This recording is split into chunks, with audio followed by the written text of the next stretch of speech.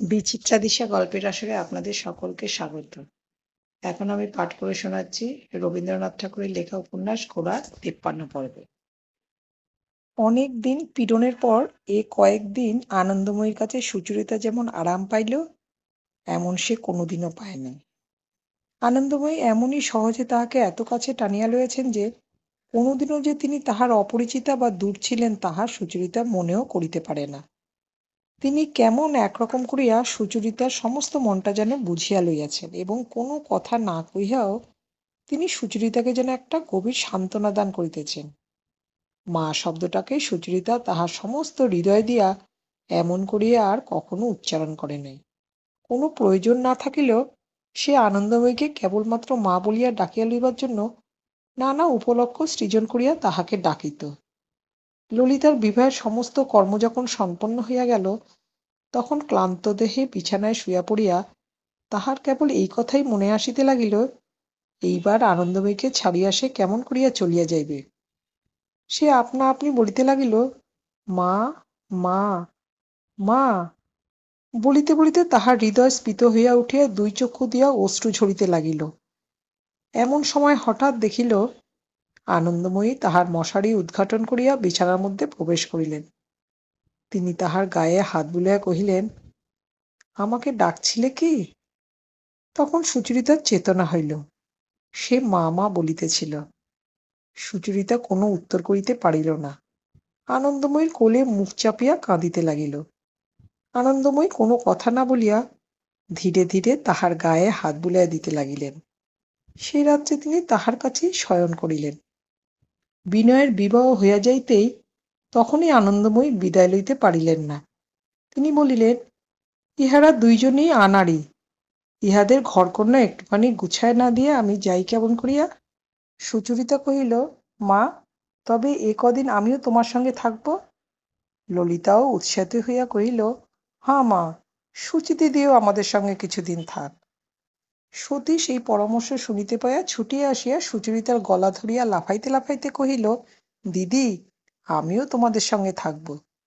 সুচরিতা কহিল, তোর যে পড়া আছে বক্তিয়ার। সতীশ কহিল, বিনয়বাবু আমাকে পড়াবেন। সুচরিতা কহিল, বিনয়বাবু এখন তোর মাস্টারি করতে পারবেন না। বিনয় পাশের ঘর হইতে বলিয়া উঠিল, খুব পারব। একদিনে এমন কি অশক্ত হয়ে পড়েছি তা তো বুঝতে পারছি নে। অনেক রাত জেগে লেখাপড়া যেটুকু শিখেছিলাম তাও যে এক রাত্রে সমস্ত ভুলে বসে আছি এমন তো বোধ হয় না। আনন্দময়ী সুচরিতাকে কহিলেন, তোমার মাসি কি রাজি হবেন? সুচরিতা কহিল, আমি তাকে একটা চিঠি লিখছি। আনন্দময়ী কহিলেন, তুমি লিখো না, আমিই লিখব। আনন্দময়ী জানিতেন সুচরিতা যদি থাকিতে ইচ্ছা করে তবে হরিমোহিনী তাহাতে অভিমান হইবে, কিন্তু তিনি অনুরোধ জানালে রাগ যদি করেন তবে তাহার উপরেই করিবেন, তাহাতে ক্ষতি নাই। আনন্দময়ী পত্রে জানাইলেন, ললিতার নতুন ঘরকন্না ঠিকঠাক করিয়া দিবার জন্য কিছুকাল তাহাকে বিনয়ের বাড়িতে থাকিতে হইবে। সুচরিতাও যদি এ কয়দিন তাহার সঙ্গে থাকিতে অনুমতি পায় তবে তাহার বিশেষ সহায়তা হয়। আনন্দময়ীর পত্রে হরিমোহিনী কেবল যে ক্রুদ্ধ হইলেন তাহা নয়, তাহার মনে বিশেষ একটা সন্দেহ উপস্থিত হইল। তিনি ভাবিলেন, ছেলেকে তিনি বাড়ি আসিতে বাধা দিয়াছেন, এবার সুচরিতাকে ফাঁদে ফেলিবার জন্য মা কৌশল জাল বিস্তার করিতেছে। তিনি স্পষ্টই দেখিতে পাইলেন ইহাতে মাতা পুত্রের পরামর্শ আছে। আনন্দময়ীর ভাবগতিক দেখিয়া গোড়াতেই যে তাহার ভালো লাগে নাই সে কথাও তিনি স্মরণ করিলেন। আর কিছুমাত্র বিলম্ব না করিয়া যত শীঘ্র সম্ভব সুচরিতাকে একবার বিখ্যাত রায়গোষ্ঠীর অন্তর্গত করিয়া নিরাপদ করিয়া তুলিতে পারিলে তিনি যেন বাঁচেন। কৈলাসকেই বা এমন করিয়া কতদিন বসায় রাখা যায়? সে বাজারে যে অহরাত্র তামাক টানিয়া টানিয়া বাড়ির দেয়ালগুলা কালি করিবার জো করিল। যেদিন চিঠি পাইলেন হরিমোহিনী, তাহার পরদিন সকালেই পালকিতে করিয়া বেহারাকে সঙ্গে লইয়া স্বয়ং বিনোদের বাসায় আসিয়া উপস্থিত হইলেন। তখন নিচের ঘরে সুচরিতা, ললিতা ও আনন্দময়ী রান্নাবান্নার আয়োজনে বসিয়া গেছেন। উপরের ঘরে বানান সমেত ইংরেজি শব্দ ও তাহার বাংলা প্রতিশব্দ মুখস্থ করার উপলক্ষে সতীশের কণ্ঠস্বরে সমস্ত পাড়া সচকিত হইয়া উঠিয়াছে। বাড়িতে তাহার গলার এত জোর অনুভব করা যাইত না। কিন্তু এখানে সে যে তাহার পড়াশোনায় কিছুমাত্র অবহেলা করিতেছে না, ইহাই নিঃসংশয়ে প্রমাণ করিবার জন্য তাহাকে অনেকটা উদ্যম তাহার কণ্ঠস্বরে অনাবশ্যক প্রয়োগ করিতে হইতেছে। হরিমোহিনীকে আনন্দময়ী বিশেষ সমাদরের সহিত অভ্যর্থনা করিলেন। সে সমস্ত শিষ্টাচারের প্রতি মনোযোগ না করিয়া তিনি একেবারেই কহিলেন, আমি রাধারানীকে নিতে এসেছি। আনন্দময়ী কহিলেন, তা বেশ তো, নিয়ে যাবে, একটু বসো। হরিমোহিনী কহিলেন, না, আমার পূজা আর্চা সমস্তই পড়ে রয়েছে, আমার আহ্নিক সারা হয়নি, আমি এখন এখানে বসতে পারবো না। সুচরিতা কোনো কথা না কহিয়া আলু উচ্ছেদনে নিযুক্ত ছিল। হরিমোহিনী তাহাকে সম্বোধন করিয়া কহিলেন, শুনছ, বেলা হয়ে গেল। ললিতা এবং আনন্দময়ী নীরবে বসিয়া রহিলেন। সুচরিতা তাহার কাজ রাখিয়া উঠিয়া পড়িল এবং কহিল, মাসি এসো। হরিমোহিনী পালকির অভিমুখে যাইবার উপক্রম করিলে সুচরিতা তাহার হাত ধরিয়া কহিল, এসো, একবার এই ঘরে এসো। ঘরের মধ্যে লইয়া গিয়া সুচরিতা দৃঢ়স্বরে কহিল, তুমি যখন আমাকে নিতে এসেছ তখন সকল লোকের সামনেই তোমাকে অমনি ফিরিয়ে দেব না, আমি তোমার সঙ্গেই যাচ্ছি, কিন্তু আজ দুপুরবেলায় আমি এখানে আবার ফিরে আসব। হরিমোহিনী বিরক্ত হইয়া কহিলেন, এ আবার কেমন কথা, তাহলে বলো না কেন এইখানেই চিরকাল থাকব। সুচরিতা কহিল, চিরকাল তো থাকতে পাবো না, সেই জন্যই যতদিন ওর কাছে থাকতে পাই আমি ওকে ছাড়ব না।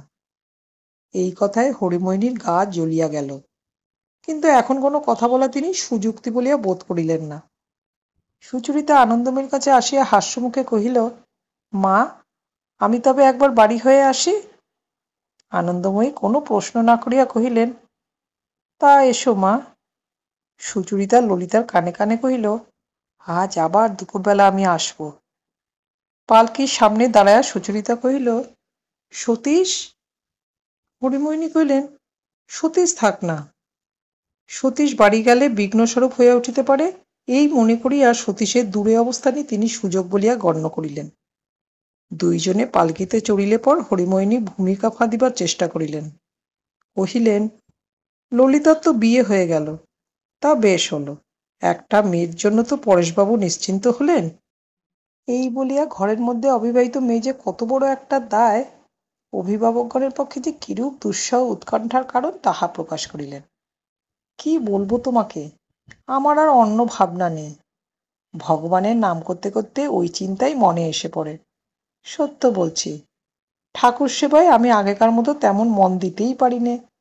আমি বলি, গোপীবল্লভ, সব কেড়ে কুড়ে নিয়ে এ আবার আমাকে কি নতুন ফাঁদে জড়ালে। হরিমোহিনীর এ যে কেবলমাত্র সাংসারিক উৎকণ্ঠা তাহা নহে, ইহাতে তাহার মুক্তিপথের বিঘ্ন হইতেছে। তবু এত বড় গুরুতর সংকটের কথা শুনিয়াও সুচরিতা চুপ করিয়া রহিল। তাহার ঠিক মনের ভাবটি কি হরিমোহিনী তাহা বুঝিতে পারিলেন না। মৌন সম্মতির লক্ষণ বলিয়া যে একটা বাধা কথা আছে, সেইটিকেই তিনি নিজের অনুকূলে গ্রহণ করিলেন। তাহার মনে হইল সুচরিতার মন যেন একটু নরম হইয়াছে। সুচরিতার মতো মেয়ের পক্ষে হিন্দু সমাজে প্রবেশের ন্যায় এত বড় দুরূহ ব্যাপারকে হরিমোহিনী নিতান্ত সহজ করিয়া আনিয়াছেন, এরূপ তিনি আভাস দিলেন। এমন একটি সুযোগ একেবারে আসন্ন হইয়াছে যে বড় বড় কুলীনের ঘরে নিমন্ত্রণে এক পংক্তিতে আহারের উপলক্ষে কেহ তাহাকে টু শব্দ করিতে সাহস করিবে না। ভূমিকা এই পর্যন্ত অগ্রসর হইতে পালকি বাড়িতে আসিয়া পৌঁছিল। উভয়ে দ্বারের কাছে নামিয়া বাড়িতে প্রবেশ করিয়া উপরে যাইবার সময় সুচরিতা দেখিতে পাইল দ্বারের পাশের ঘরে একটি অপরিচিত লোক বেহারাকে দিয়া প্রবল করতারণ শব্দ সহযোগে তৈলমর্দন করিতেছে। সে তাহাকে দেখিয়া কোনো সংকোচ মানিল না, বিশেষ কৌতূহলের সহিত তাহার প্রতি দৃষ্টিপাত করিল।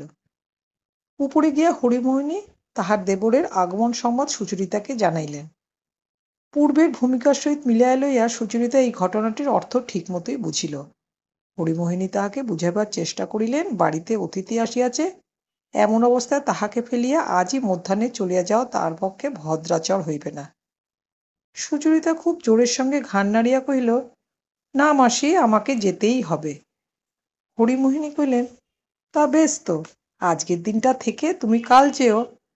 সুচরিতা কহিল, আমি এখনই স্নান করেই বাবার ওখানে খেতে যাব, সেখান থেকে ললিতার বাড়ি যাব।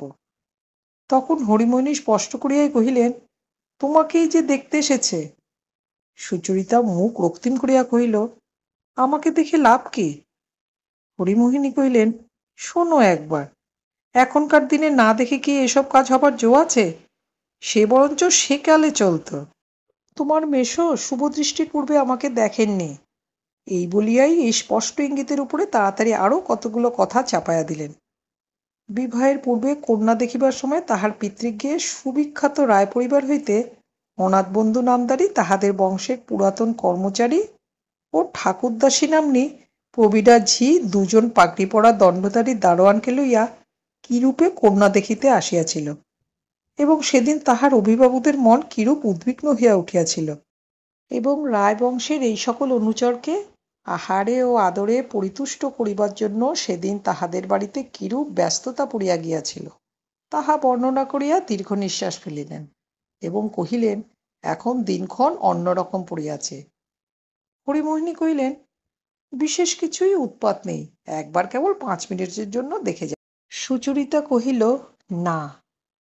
সে না এতই প্রবল ও স্পষ্ট যে হরিমোহিনীকে একটু হটিতে হইল। তিনি কহিলেন, আচ্ছা বেশ, তা নাই হলো, দেখার তো কোনো দরকার নেই। তবে কৈলাস আজকালকার ছেলে, লেখাপড়া শিখেছে, তোমাদেরই মতো ও তো কিছুই মানে না, বলে পাত্রীর নিজের চক্ষে দেখব।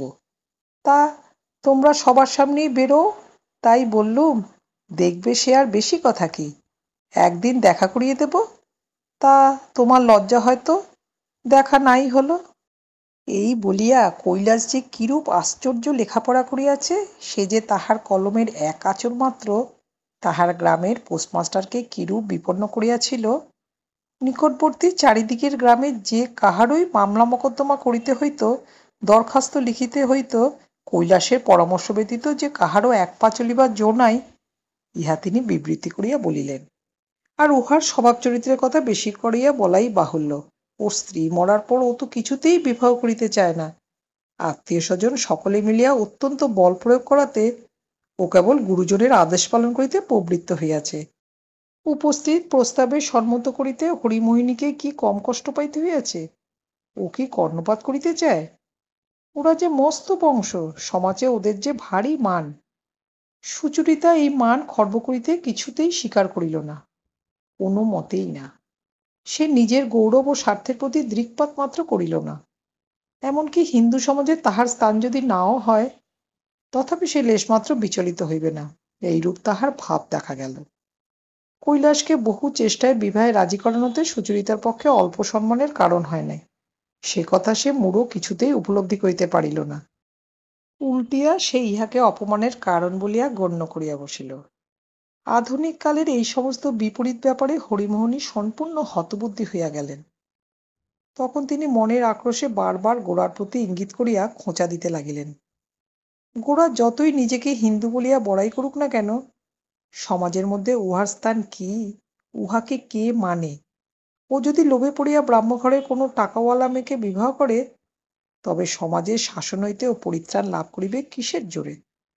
তখন 10-এর মুখ বন্ধ করিয়া দিবার জন্য টাকা যে সমস্ত ফুঁকিয়া দিতে হইবে, ইত্যাদি ইত্যাদি। সুচরিতা কহিল, মাসি, এসব কথা তুমি কেন বলছ? তুমি জানো না এসব কথার কোনো মূল্য নেই।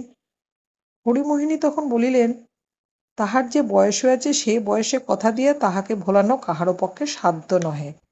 তিনি চোখ কান খুলিয়াই আছেন, দেখেন, শোনেন, বোঝেন সমস্তই, কেবল নিঃশব্দে অবাক হইয়া রহিয়াছেন। গোরা যে তাহার মাতার সঙ্গে পরামর্শ করিয়া সুচরিতাকে বিবাহ করিবার চেষ্টা করিতেছে, সে বিবাহের গুরু উদ্দেশ্যও যে মহৎ নহে, এবং রায়গোষ্ঠীর সহযোগে যদি তিনি সুচরিতাকে রক্ষা করিতে না পারেন, তবে কালে যে তাহাই ঘটিবে, সে সম্বন্ধে তিনি তাহার নিঃসংশয়ে বিশ্বাস প্রকাশ করিলেন। সহিষ্ণু স্বভাব সুচরিতার পক্ষে অসহ্য হইয়া উঠিল। সে কহিল, তুমি যাদের কথা বলছ আমি তাদের ভক্তি করি, তাদের সঙ্গে আমার যে সম্বন্ধ, সে যখন তুমি কোনো মতেই ঠিকভাবে বুঝবে না, তখন আমার আর কোনো উপায় নেই। আমি এখনই এখান থেকে চললুম। যখন তুমি শান্ত হবে এবং বাড়িতে তোমার সঙ্গে একলা এসে বাস করতে পারবো, তখন আমি ফিরে আসব। হরিমোহিনী কহিলেন, গৌরমোহনের প্রতি যদি তোর মন নেই, যদি তার সঙ্গে তোর বিয়ে হবেই না এমন কথা থাকে, তবে এই পাত্রটির দোষ করেছে কি? তুমি তো আইবুড়ো থাকবে না। সুচরিতা কহিল, কেন থাকবো না? আমি বিবাহ করব না। হরিমোহিনী চক্ষু বিস্ফারিত করিয়া কহিলেন, বুড়ো বয়স পর্যন্ত এমনি? সুচরিতা কহিল, হাঁ, মৃত্যু পর্যন্ত।